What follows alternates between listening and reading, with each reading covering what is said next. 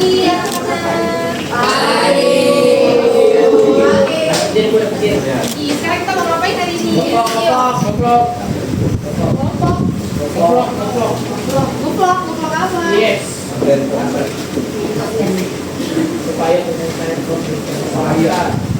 Nah, hari ini kita bakal belajar. Kemarin kan kita ngomongin tentang konflik, Betul. macam-macam konflik, penyebab faktor konflik. Sekarang kita mau mendalami lagi nih tentang konflik. Gimana cara menyelesaikan sebuah konflik? Sebelum itu saya absen dulu ya. Oke,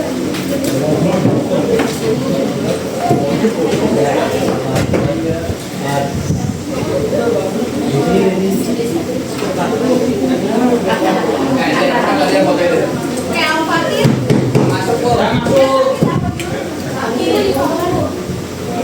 Iya, Alia.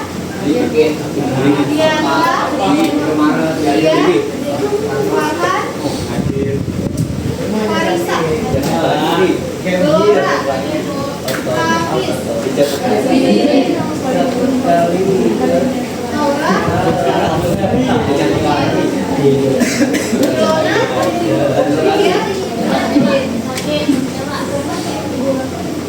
Julian. Haidar.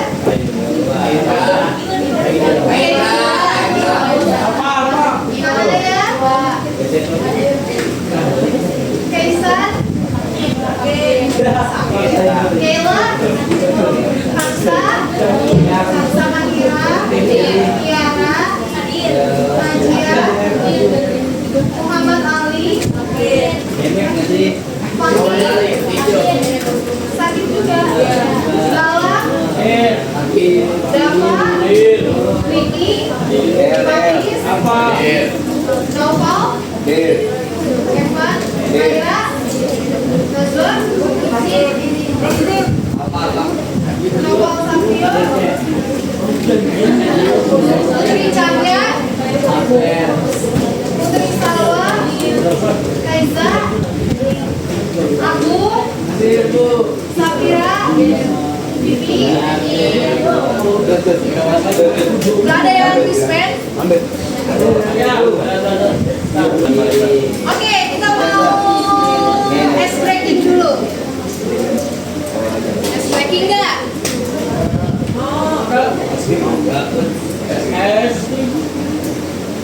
Ice breaking nggak?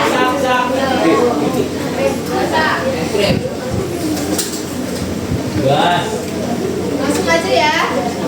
Oke. Coba dibuka catatannya. Kita kemarin ngomongin tentang apa? Konflik. Konflik itu ada berapa macam, berapa jenis? Udah banyak. Yang paling sosiologis itu ada yang termasuk vertikal dan horizontal. Diagonal. Nah, kemarin kita ngomongin tentang vertikal dan horizontal. Sekarang coba yang diagonal. Siapa yang mau menjelaskan? Boleh angkat tangan.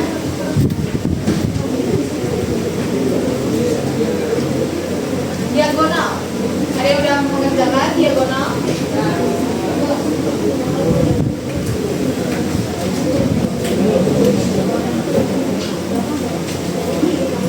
Boleh. Naira.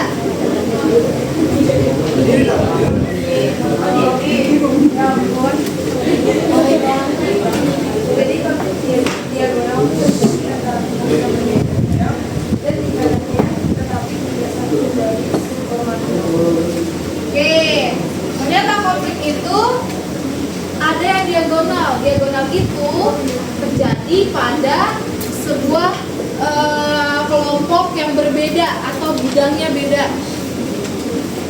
Yang terjadi konflik, kayak misalnya divisi itu dalam organisasi, itu termasuk ke dalam diagonal. Selanjutnya, kemarin konflik lagi? Terbuka dan tertutup. Sebenarnya hampir sama aja sama yang lain. Kalau tertutup apa?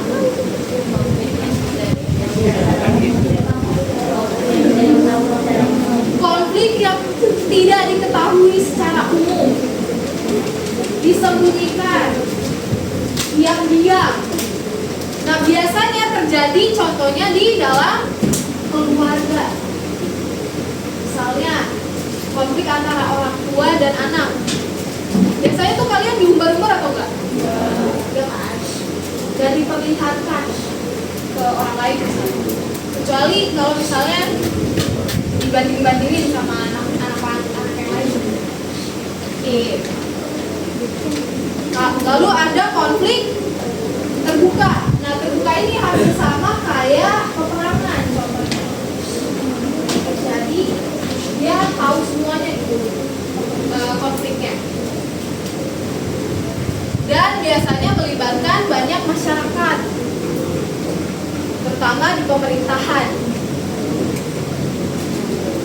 Soalnya tadi itu, terus apa lagi selain peperangan? Demo termasuk. Konflik apa lagi? Debat publik masuk. Ada lagi? Oke, udah ya. Selain itu ada lagi nggak? Konflik yang terbaru lagi? Destruktif dan konstruktif. Apa itu destruktif?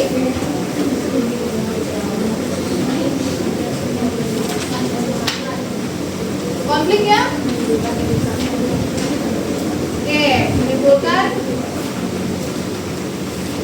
Kalau konstruktif, menimbulkan apa dia?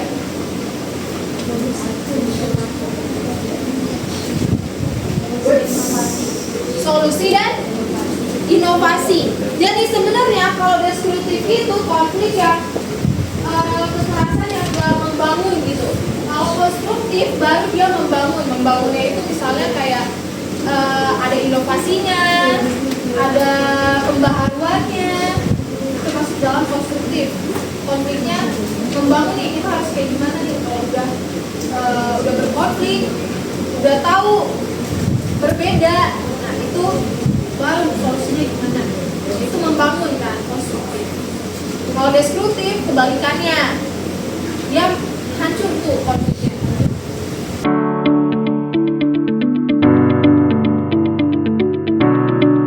Oke, sebenarnya konflik itu alamiah.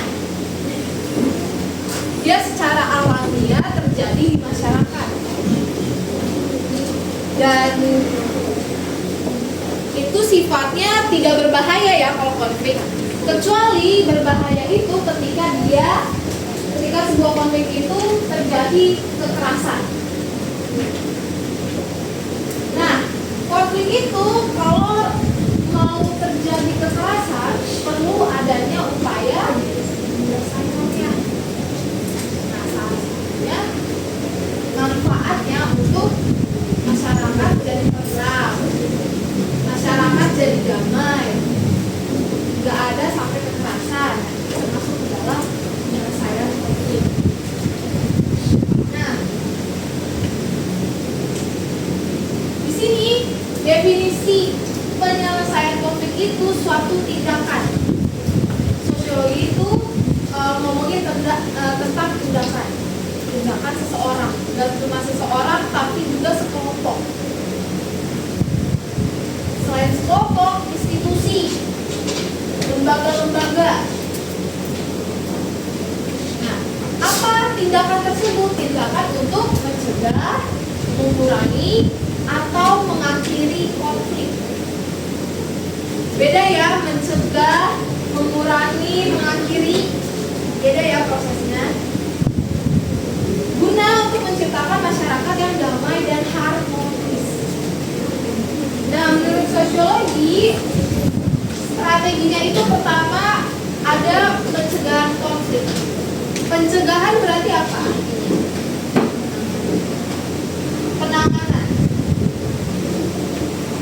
Penanganan atau sejak awal. Jadi ketika sebelum terjadi konflik udah ditangani. Contohnya kayak gimana? Contohnya kayak dialog, kayak debat. Karena ada perbedaan nih, takut adanya konflik, maka dilakukan dialog dulu, dilakukan perdebatan. Mana yang baik, mana yang buruk, termasuk dalam pencegahan konflik. Kedua, resolusi. Ketiga, manajemen transformasi sama membangun perdamaian.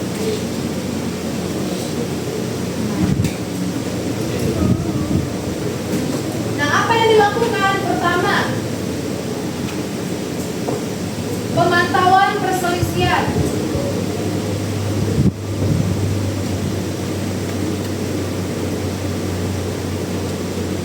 Ketika sudah dipantau nih kayaknya ya permasalahannya bakal menimbulkan kekerasan, makanya dipantau dulu.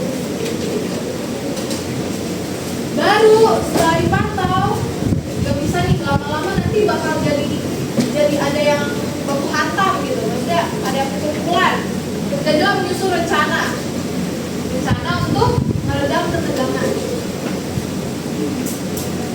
Misalnya diajak, ayo bikin rencana yuk, kita ajak misalnya ini 2 orang nih, kita ajak ke kafe saja. Lalu yang ketiga, mendorong sikap peduli, santun dan suka musyawarah. Musyawarah tahu ya, musyawarah dan mufakat. Nah yang ketiga ini baru dia ada yang namanya dialog, argumen, sehingga tidak terjadi konflik yang berujung kekerasan. Resolusi ini konfliknya ciri utamanya melibatkan semua pihak yang berkonflik untuk berdialog. Jadi sebenarnya konflik itu sudah terjadi, tapi dicoba untuk ayo sama-sama duduk di bangkunya sama masing-masing, lalu menemukan win-win solution. Win-win solution tahu ya, mana yang terbaik dari kedua pihak, sama-sama menang,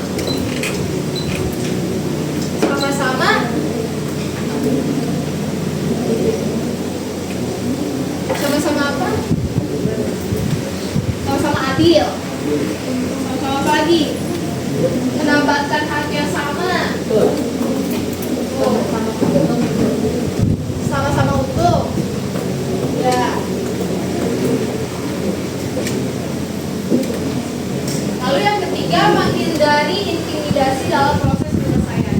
Jadi ketika proses ini dilakukan, tujuannya atau manfaatnya yaitu untuk nggak ada nih intimidasi atau perlakuan yang kayak sampai aku bacot gitu misalnya.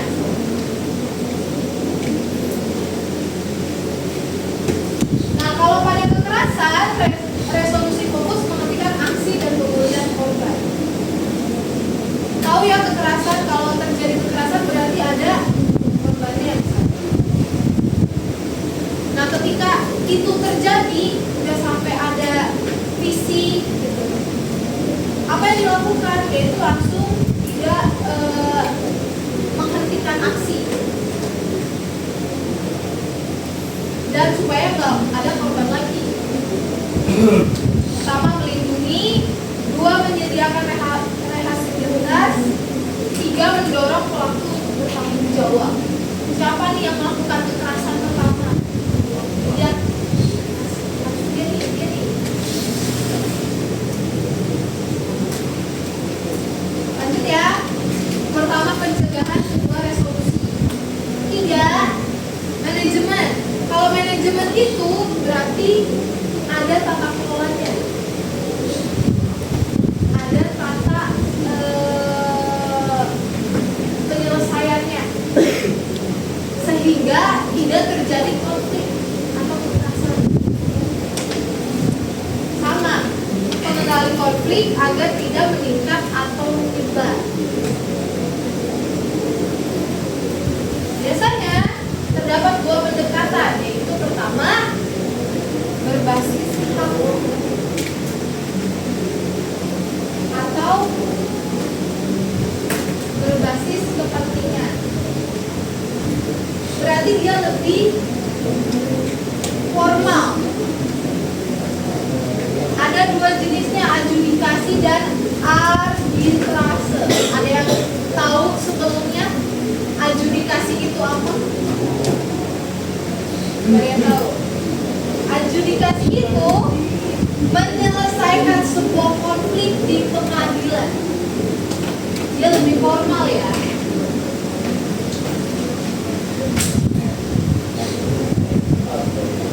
Pengendalian konflik termasuk ke dalam penyelesaian.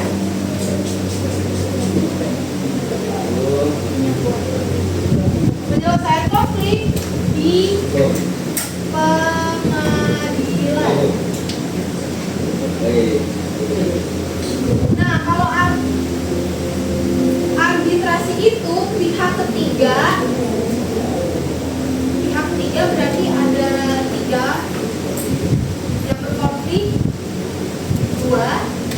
satu pihak sebagai pihak ketiga itu memberi keputusan.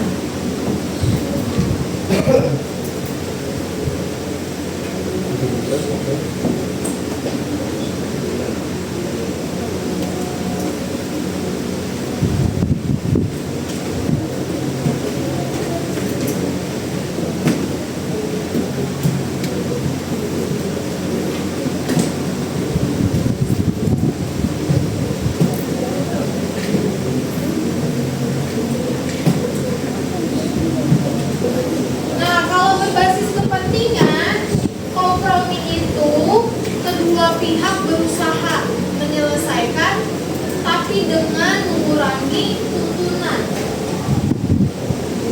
Tuh. Kalau dialog, kedua pihak mengutarakan pendapatnya atau masalahnya masing-masing. Kalau mediasi, kedua pihak ini menunjuk satu pihak ketiga untuk sebagai penasihat. Mediasi ya. Bedanya 1, 2, 3, 4, 5. Sebenarnya ada lagi.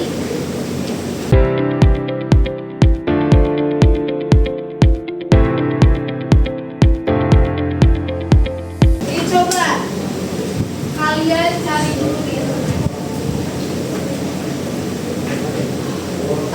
Apa itu konsiliasi, negosiasi, arbitrasi, stalemate, konversi, koersi, rekonsiliasi, dan segresi. Siapa yang mau menjelaskan salah satu, saya kasih nilai. Coba jelasin. Ya Allah, bajunya masih pagi. Harus pada mana sih itu ya? Boleh ditulis sambil jelasin. Boleh boleh kamu mencari gimana? Ada kalau tulisan. Yaudah, boleh jelasin dulu. Oke. Baju. Bisik. Negosiasi adalah sebuah kesepakatan dari dua pihak di stop mencapai kesepakatan. Jadi tidak hanya menentukan satu pihak aja, tapi juga menentukan Cepat. Ada kue mau? Boleh, cepat. Gak usah jelasin aja. Iya. Oke.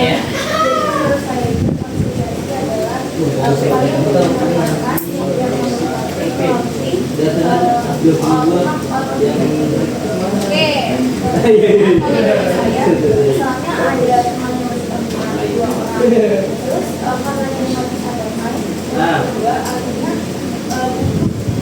bantuan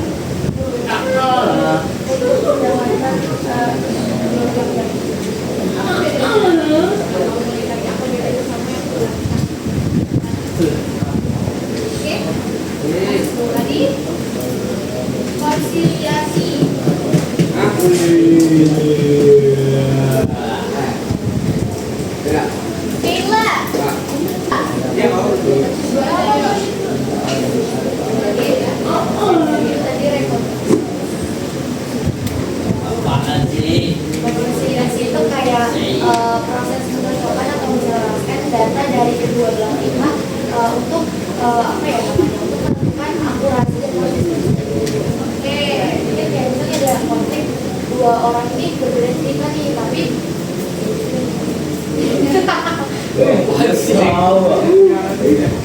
Autis.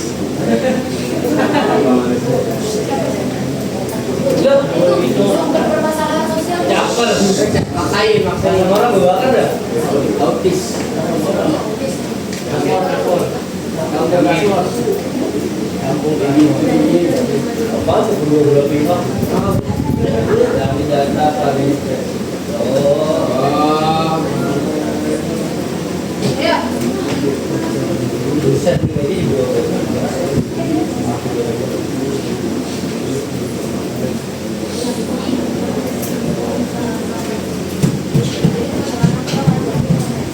Konten itu adalah salah satu upaya penyelesaian konflik yang dimana salah satu pihak itu mengalah dan menerima pendapat pihak lain untuk sama-sama saling menerima kedua belah pihak.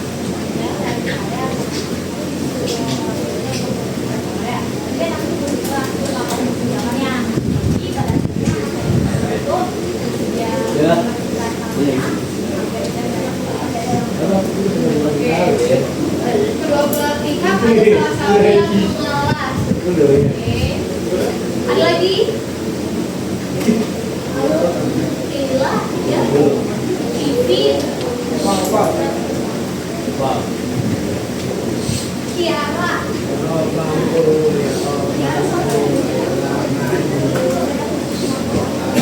Ayo, ada yang lain nih. Saya tunjuk. Siapa yang mau? Oh iya. Suruh dia, Pak.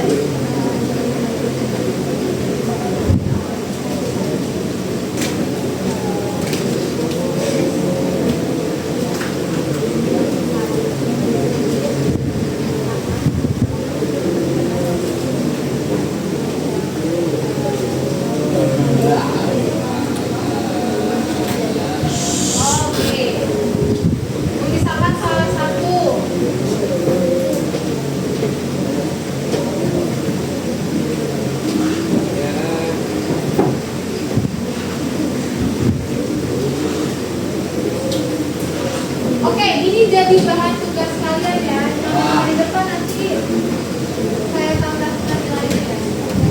Ada beberapa macam istilah sosiologi, itu beberapa yang harus kalian pahami masing-masing. Karena ada yang beberapa itu tentang pihak ketiga. Pihak ketiganya entah dari penasehat, pihak ketiga yang memutuskan, pihak ketiga yang menjadi pengadilan atau mengadili. Nah, itu jadi tugas kalian ya. Di PPT cuma ada 5. Tambahan untuk dicatat ini ya, 8.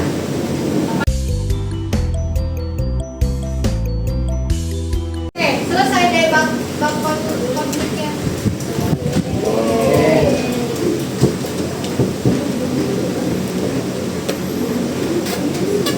Apa yang kalian dapat hari ini? Penyelesaian konflik. Cara mengatasi konflik. Kira, Farhan, apa Farhan? Apa yang kamu dapat pelajaran hari ini?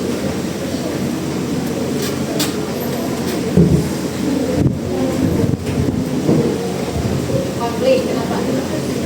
Mengatasi. Oke. Raka apa Raka? Manajemen konflik. Lalu?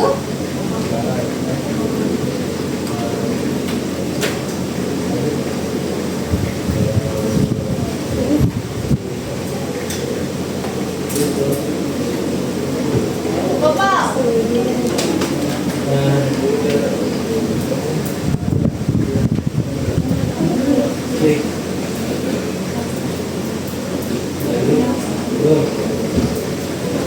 Oke, aku boleh nih.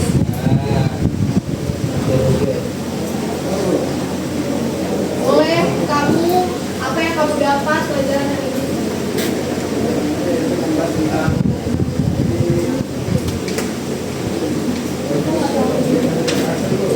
Konflik dan kekerasan. Lalu?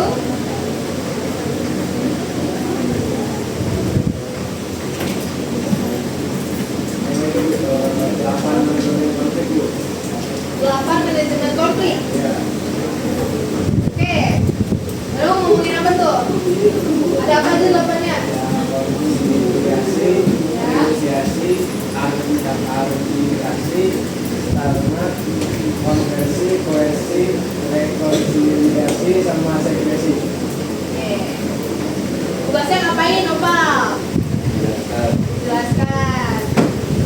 Jelaskan apa? Tambahan manajemen konflik. Oke.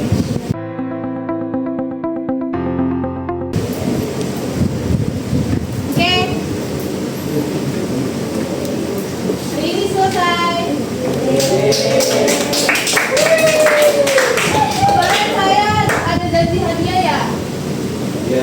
Saya. Saya Bu. Siapa? Tim biru. Yang paling tim putih ya? Tim biru. Hijau.